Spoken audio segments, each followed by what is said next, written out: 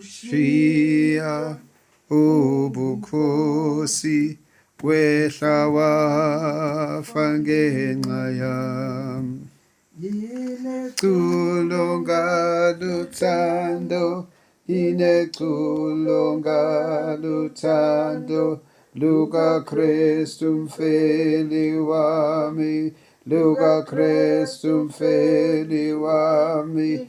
Ngimbabazo wangihlenga, ngimbabazo wangihlenga, lalela iculo lami, iculo lami. Bheka esiphambanweni, wazithwala izono zami.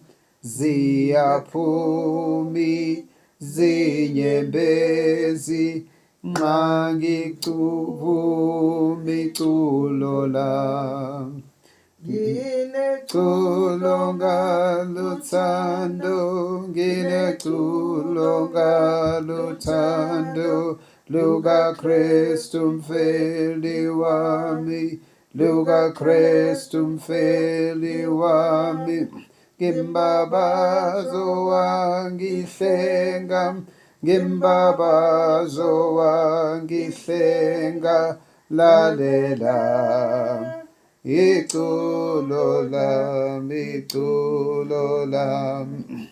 Ngangicula duka ngempela, ngangikuhlupheki nje, weza wangihawukela, wangithola ehlanele. Lineculo ngaluthando, lineculo ngaluthando, lukaKristu mfeli wami, lukaKristu mfeli wami. Ngimbabazo wangihlenga, ngimbabazo wangihlenga, lalela iculo lami, iculo lami. Izinhlupho zingafika, ungasinda umthwalo wami, nokho sengiphathwa isandla somalusi Nkosi yami. Ngineculo ngaluthando, ngineculo ngaluthando, lukaKristu mfeli wami, lukaKristu mfeli wami. Ngimbabazo wangihlenga, ngimbabazo wangihlenga, lalela iculo lami, iculo lami. Wongisiza, wongigcina, kuze kube sekufeni, mangibe othembekayo, ngingamhluphi endleleni. Ngineculo ngaluthando, ngineculo ngaluthando, lukaKristu mfeli wami, lukaKristu mfeli wami.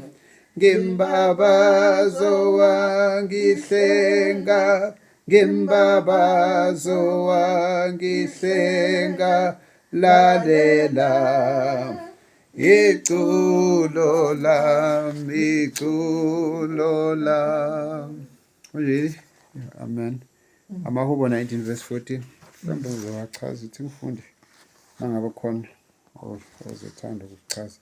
Amahubo 19 verse 14. Manje. Sewungcono phela kakhulu. Oh, amazwi omlomo wami bese ushilo vele lelo verse. Amazwi omlomo wami nokuzindla kwenhliziyo yami makuthandeke ebusweni bakho Jehova, dwala lami nomhlengi wami. Ngalichaza kodwa-ke nje ngiyangilithande kumacula we-reggae because balithanda leculo elinye lamaculo. So let the words of our mouths and the meditation of our hearts be acceptable in thy sight, oh.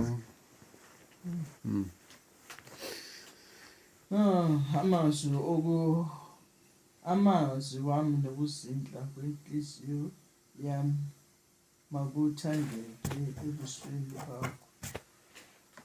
uDavida ekhala kanjalo nathi siyakhala kanjalo ukuthi amazwi ethu mawathandeke ebusweni bukaNkulunkulu, nezizindlo zethu zithandeke, singacabangi okubi okwenza ukuthi uNkulunkulu aqhele kithi ey'nhliziyweni zethu. Iy'nhliziyo zethu lokho zicabanga okubi okudedisa uNkulunkulu, kanti ey'nhliziyweni zethu lapho uNkulunkulu asifunda khona, njengoba esho athi thina abantu noma sikhethana sizobekana ey'khundleni noma senza ini, sibheka umuntu ukuthi unani, bheka umuntu ukuthi unosibani bani, bheka umuntu ukuthi uhamba ngemoto enjani kanjani, khona somthatha simbeke endaweni le esibona ukuthi mfanele, kanti yena inhliziyo yakhe lokuthi ayikho lutho kulezo zinto lezo.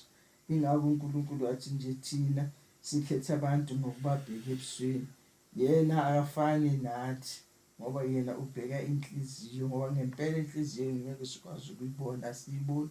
Noma ngabe umuntu ukhuluma iqiniso, noma ngabe ukhuluma amanga noma neqiniso, eselokhu simbhekile ukwenza kwakhe, sibone ukuthi lokhu abekukhuluma bokungasona iqiniso, bokungamanga, ngoba okude nalento inhliziyo yakhe ekushoyo ukuthi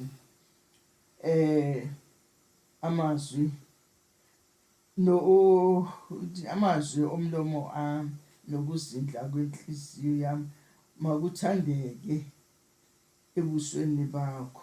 Amazwi enhliziyo yami mawathandeke ebusweni bukaNkulunkulu ngaso sonke isikhathi, sizondelele ukuthi konke esikwenzayo okujabulisa uNkulunkulu, ngoba singabajabulisa abantu, sibenzele konke abantu, sibacabuze, sibahage, senze yonke lento ebantwini, kanti kuNkulunkulu kuno-big zero kuko konke lokhu esikwenzayo.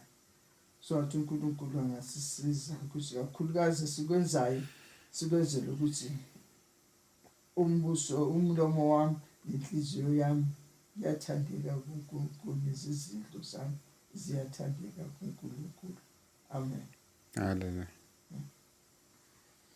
Sibuye number 4. Izinhlupho zingafika ungasinda umthwalo wami, nokho sengiphathwa isandla somalusi Nkosi yami. Ngineculo ngaluthando, ngineculo ngaluthando lukaKristu mfeli wami, lukaKristu mfeli wami. Ngimbabazo wangihlenga, ngimbabazo wangihlenga, lalela iculo lami, wongisiza, wongigcina, kuze kube sekufeni, mangibe othembekayo, ngingamhluphi endleleni. culo ngaluthando, ngineculo ngaluthando, luka Kristu mfeli wami, luka Kristu mfeli wami, ngimbabazo wangihlenga, ngimbabazo wangihlenga, lalela iculo lami, iculo lami.